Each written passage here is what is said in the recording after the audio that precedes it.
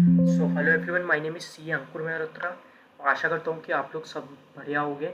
सो आज मैं डिस्कशन करूँगा कि सीए इंटर के बोथ ग्रुप्स क्लियर होने के बाद हम आर्टिकलशिप के लिए कैसे अप्लाई करें और इंटरव्यू के लिए हमें कैसे प्रिपेयर होना चाहिए कि कोई भी रैंडम कॉल्स अगर आती है इंटरव्यू के लिए तो हम कैसे सारे क्वेश्चंस का रिप्लाई करें और हमें इंटरव्यू से पहले भी क्या चीज़ें प्रिपेयर करके रखनी चाहिए कि किसी भी इंटरव्यू की कॉल के लिए हम सही से रिस्पॉन्स कर सकें।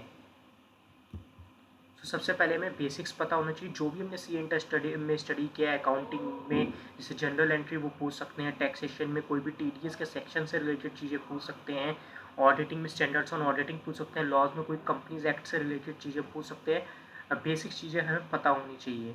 उसके बाद की सेक्शन जैसे मैंने बोला टीडीएस, जीएसटी और एएस, जो भी हमने अकाउंटिंग स्टैंडर्ड्स पढ़े हैं उसके बारे में हमें थॉरो पता होनी चाहिए। कौन सा अकाउंटिंग स्टैंडर्ड क्या कहता है, जैसे रेवेन्यू रिकॉग्नाइजेशन कैसे का, कौन सा एएस कहता है, तो उस टाइप से। उसके कॉमन इंटरव्यू क्वेश्चन जनरली यही होते हैं कि tell me about yourself. तो हमें बेसिकली पता होना चाहिए हम कौन है, क्या है और कहाँ से बिलोंग करते हैं, तो हम normal 4 to 5 lines extra at least बोल पाए। और वो आपको आपकी जर्नी के बारे में भी पूछ सकते हैं कि आपकी जर्नी कैसे स्टार्ट हुई सीए फाउंडेशन की और कैसे क्लोज हुई, मतलब क्लास 12 में आपकी क्या एग्ज़ाम्स का रिजल्ट था, ये सारी चीज़ें। उसके बाद हमें normal why do you want to pursue CA, ये इसका हमें आंसर पता होना चाहिए। Why do you want to join our firm, तो हमें फर्म के बारे में थोड़ा स्टडी, किसी भी फर्म में हम अप्लाई कर रहे हो तो उसके बारे में थोड़ा अंडरस्टैंडिंग लेने पहले कि फर्म करती क्या है, किस किस चीज़ में डील करती है, so that we can reply. और हमें अपनी 2 या 3 स्ट्रेंथ और वीकनेस पता होनी चाहिए एंड विच इज़ योर की इंटरेस्ट, और की इंटरेस्ट है तो क्यों है।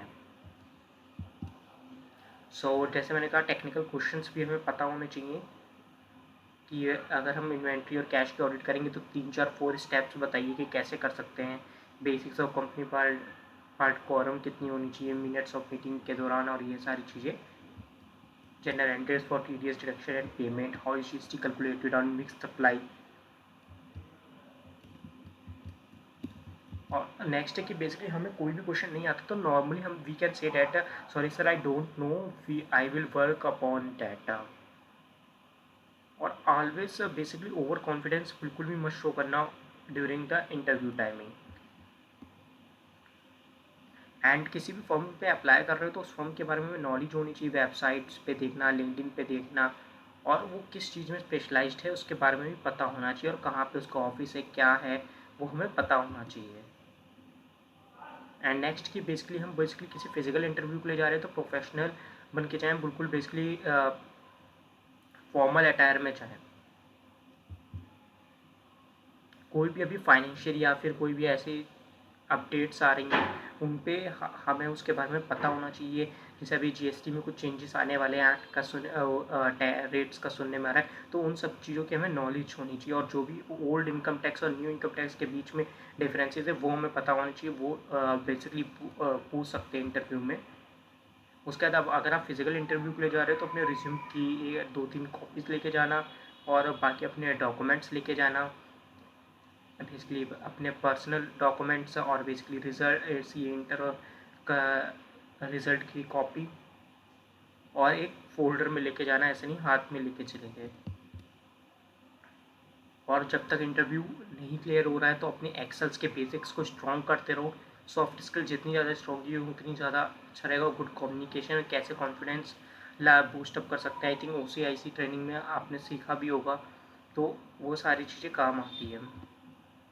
और अब इतनी बातें तो ये हो गई कि हमें क्या प्रिपेयर करके जाना है। उसके बाद अब हम सामने इंटरव्यूअर से क्या क्वेश्चन कर सकते हैं, तो उसके लिए ये डिस्कशन है।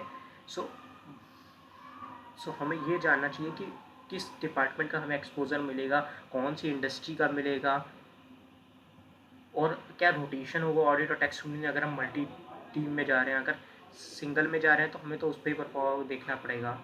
परफॉर्मेंस फीडबैक कैसे दिया जाता है, कोई ट्रेनिंग सेक्शन होता है आर्टिकल्स के लिए, और कैसा टाइमिंग रहेगा, वर्किंग आवर्स क्या है, वो सारा पता होना चाहिए। आर्टिकल शीट में जितनी भी चीज़ें आप सीखोगे ना वो आपको सीए क्वालिफाइड होने के बाद हेल्प करेगा।